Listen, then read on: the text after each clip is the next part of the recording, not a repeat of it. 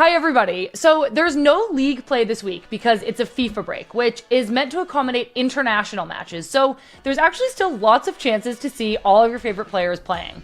We've got She Believes going on here in the US, and we've got the UEFA Women's Nations League in Europe, which kicks off today. This is only the second time UEFA, the soccer governing body of Europe, has held a Nations League tournament for the women. So we thought we'd break it down because I actually did not know that much about it before this. First things first, what is Nations League? It's a biennial, so every other year, tournament between European senior women's national teams that runs throughout the year during the international breaks. And it's made up of 3 leagues, A, B, and C, decided by the team's UEFA rankings. So to put it bluntly, teams in League A are the best, teams in C have some work to do, but there's hope because every tournament, the best teams in Leagues B and C are promoted to a higher league, and the teams that don't do well are relegated.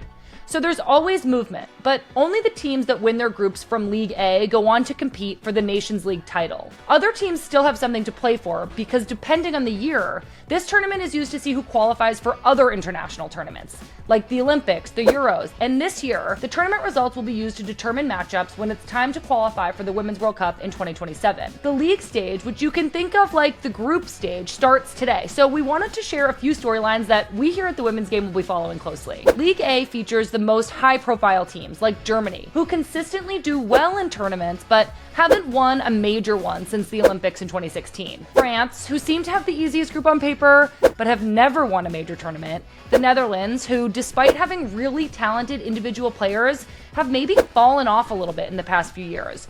World Cup winners Spain are looking to reclaim some international glory after failing to medal at the Olympics. They're the only team that's won this tournament before. But to do it again, they'll need to defeat their rivals, England, who lost to Spain in that 2023 World Cup. These early matches will be a real test for the England roster that we've been talking so much about ahead of this summer's Euros.